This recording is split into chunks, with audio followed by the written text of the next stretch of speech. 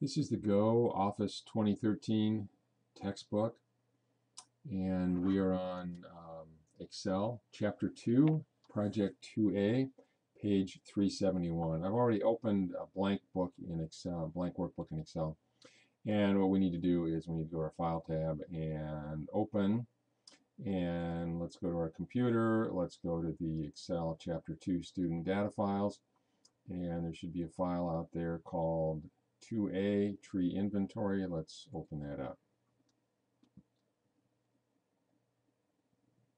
And the first thing we want to do is we want to save it. So do a save as and go back here. And we want to save it with our last name and first name on the front. And I've already been out here to do this once. So we're going to click on save. And yes, we'll go ahead and replace it. You shouldn't get that if you're just doing it for the first time. Okay, and I want to go to column C, and I want to drag to these two columns. And if you drag over two columns and then you do a right click and you do an insert, it'll insert two columns. And now in cell C11, right here, I want to type 13129. And if you notice, this number is the same as this number here. And this is a really slick feature of Excel. You used to have to write formulas to do stuff like this, and now you don't anymore. And so make sure you're still on C11. And then what we want to do is we want to go up to our fill button here, and we want to do flash fill. And flash fill, like it says, it automatically fills in values. You give it some examples, and it's smart enough to figure it out. And if you scroll all the way down here now, it's taking that number that's on the beginning part of this column and it's just copying it over here. Now we're going to go over here and do the same thing. We are now on page 372, and I want to type the word oak.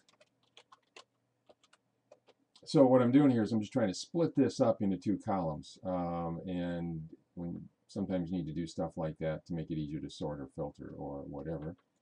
And so we're going to flash fill on this one, and it will automatically fill everything in for us. And look at that, it's even smart enough to put category up here at the top.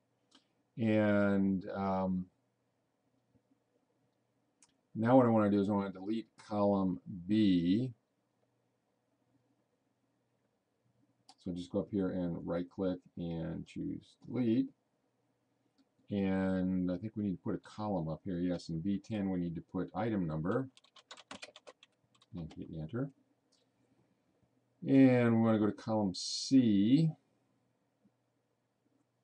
and select all columns. See, it means I have to go up here to the top. And on the home tab, I want to cut. So you can also do Control X, which is probably faster. And now I want to go to H1. And I want to do a paste, and Control V also would have worked for that. And now I want to select and delete column C. So just right click here and choose delete is the easy way to do it. And then select A through G and auto fit column width. And again, I don't know why you need to go to a menu to do that. Just double click and it will auto fit the column width for you. And press Control Home to go to cell A1. Okay.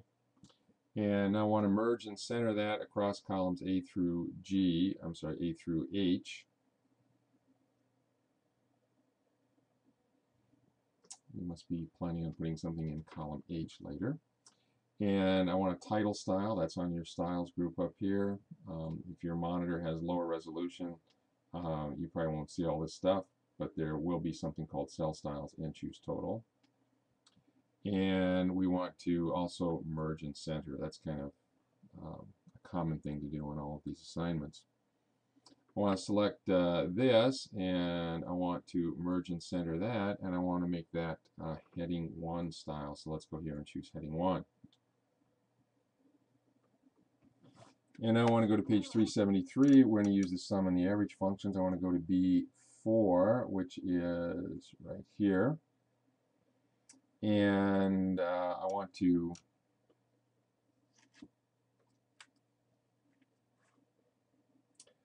do a sum function, which we've done before. Just you can either click right on here, or if you click on the down arrow, you want to make sure you pick the first one. There's some other options.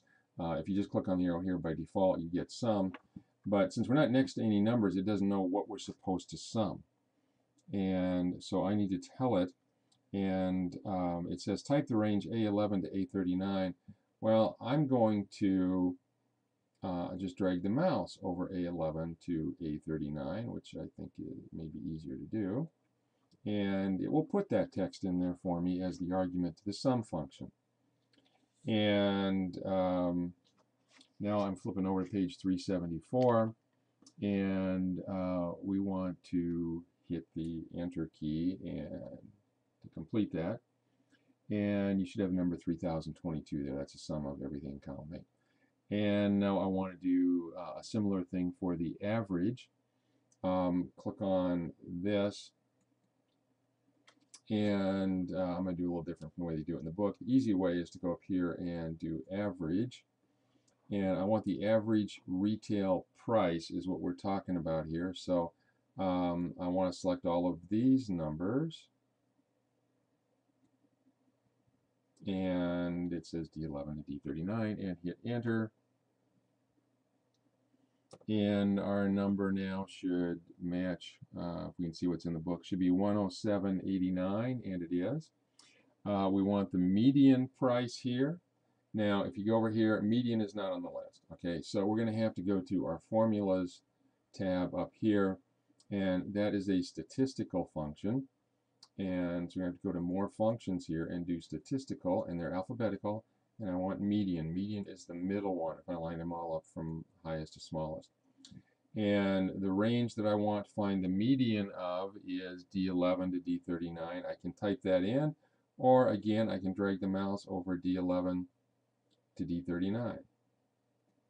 And it'll put it in there for me, and then I can click on OK, and it tells me the middle price is 107.99.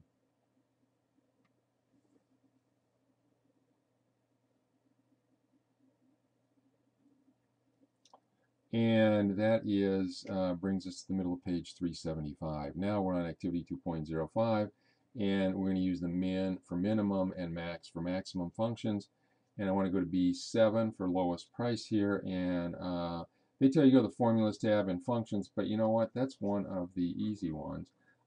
Min is one of the 5 common ones that's listed here. So let's choose min.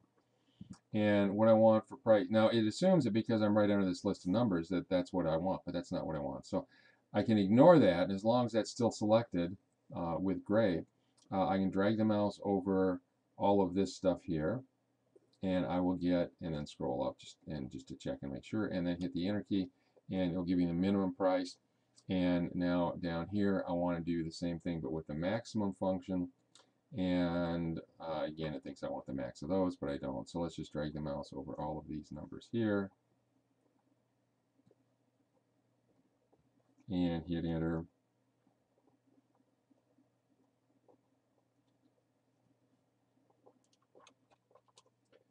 And now I've got the highest price, 117.98.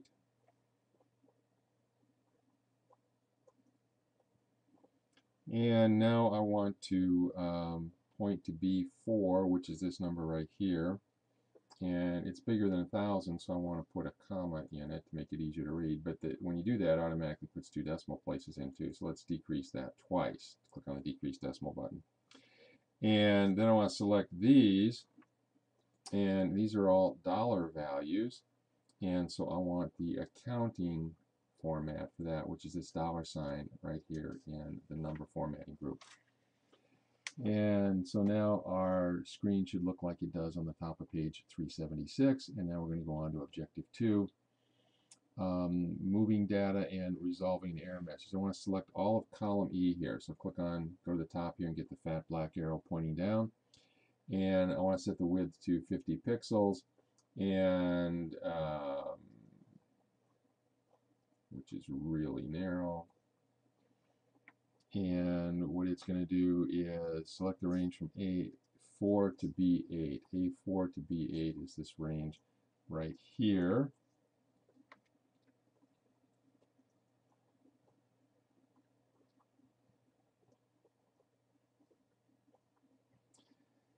And we're going to move that over so it's in columns D and E. And you can move anything here if you select it first and you get the four-headed arrow. That's pretty much a universal symbol for move. And so let's drag it over to D and E.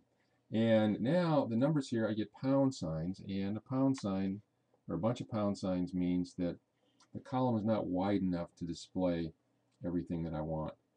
They want us to widen this to 60 pixels, and the pixels are not, on his system, are not necessarily going to line up and look the same on our system. So we may not get exactly the same thing here. Now what I want to do is I want to select both of these columns here, columns D to E, and just go to the edge of either one, doesn't matter which one, and double click, and it will automatically make the column as wide as it needs to be to accommodate the widest entry. And now I want to select the range from D4 to E8, which is right here. And I want to go to the Home tab. I want to go to the Styles group and click on the down arrow here. And the style that I want is 20% accent 1. That's this one right there. And it gives it a blue background. And let's save that. And now we're going to do some text rotation, which is something you're probably not going to do too often, but we're going to go to C6 here, right in the middle. And we're going to type in tree statistics and hit enter. Then I want to select the range from C4 to C8, and I want to right click and choose format cells down here at the bottom. And what we're going to do is we got options. Most of the time this is what you're concerned about in Excel, but we're going to take a look at alignment here. And what I want to do is I want to merge all of those cells. And under orientation, I want 30 degrees. I'm just going to, whoops, went a little too far there. And that will rotate the text a little bit. And then click on OK. And that's what it looks like. And then with that cell still selected, on the Home tab in the Font group, right here's the Font group, change the font size to 14, and make it bold, make it italic, and for the font color, go to the fifth column and pick the first one. So font color is right here, and fifth column, first one, blue accent 1 is what it should say, and it does. In the alignment group, we want to align that right. That's not going to do much. It slides over just a little bit. And press Control Home, or just go up here to A1 and then save our workbooks. That's how you rotate text. In the row heading area, point to row 9. And what I want to do is I want to insert a blank row here. And so I'm going to do insert. That only gives me 1. And he says I want 2 more. And F4 will repeat that command. So do F4 twice. And now your screen should look like this. And now I'm on the top of page 378, number 8. Select rows 9 to 11, these 3 rows right here. And on the Home tab in the Editing group, I want to clear the, I want that blue stuff there. So I want to go to Clear and Clear Formats. Actually, Clear All would work in this case as well. And so now we've got ordinary white background on this stuff here. Now we're on objective number 3. We're going to use the count and count if functions. And number 1 says click on cell E4. E4 is right here. And notice that it automatically updates this, so it's pointing at the correct cells. That's not what we did originally. Click on cell A10, which is right here, and I'm going to type in oak trees. And then press tab to move over to B10. And what I want to do here is I want the count if statistical function. Functions are going to be up here. Got to go to more functions and statistical, and let's find count if. So this will count things if they meet a certain criteria. And the range is going to be G14 to G42. So let's go to column G here, and I want G14 to G, it doesn't include the headings, notice, down to G42. And so that's the range I want to look at. And the criteria here is what I'm going to look at to see whether I want to count the cell or not. And if it has the word oak in it, then I want to count it. So what this says is, look at this range here and count it if the word oak is there. And then we can click on OK. And it tells us that we have 13 oak trees. And now let's go to the alignment group here. And normally you don't do this, but we're going to left align the number. And they do that to make it closer to the row title. What I would have done is I would have right aligned this instead, but and then they tell us to save our workbook. So now we're on the top of page 379, activity 2.09, and we're going to use the if function.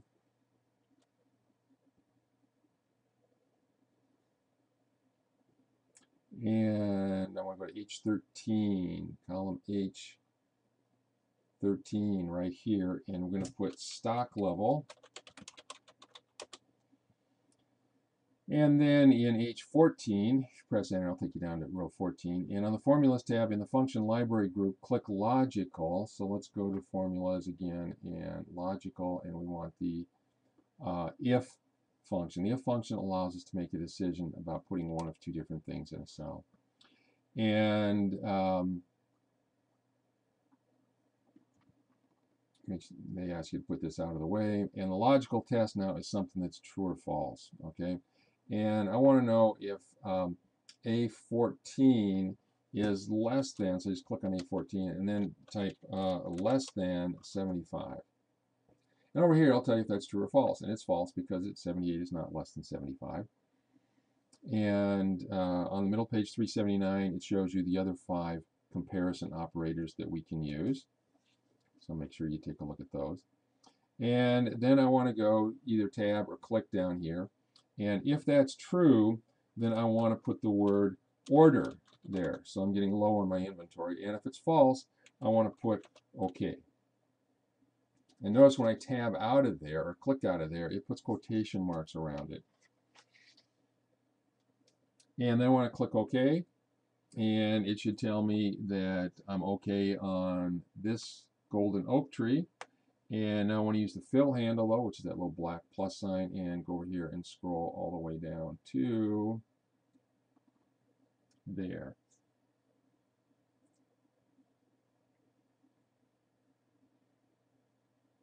And that's how you do the if function. The if function is really pretty straightforward. If you know how to use greater than, less than, and equal to, that's usually how you do your criteria. And we're up to 18 minutes already, and so that's a little bit long. So we will stop there, and we will continue on page 380 with the rest of Project 1A.